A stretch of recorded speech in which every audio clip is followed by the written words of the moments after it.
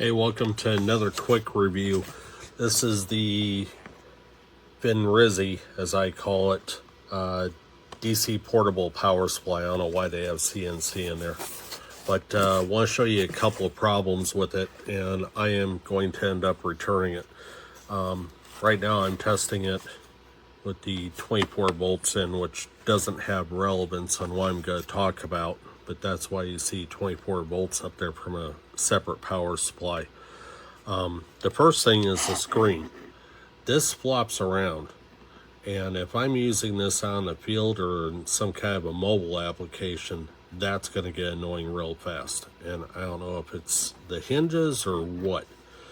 The second issue that I have is this micro USB port.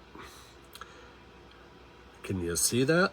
It doesn't line up properly with the housing, and you have to kind of force the micro USB cable in there.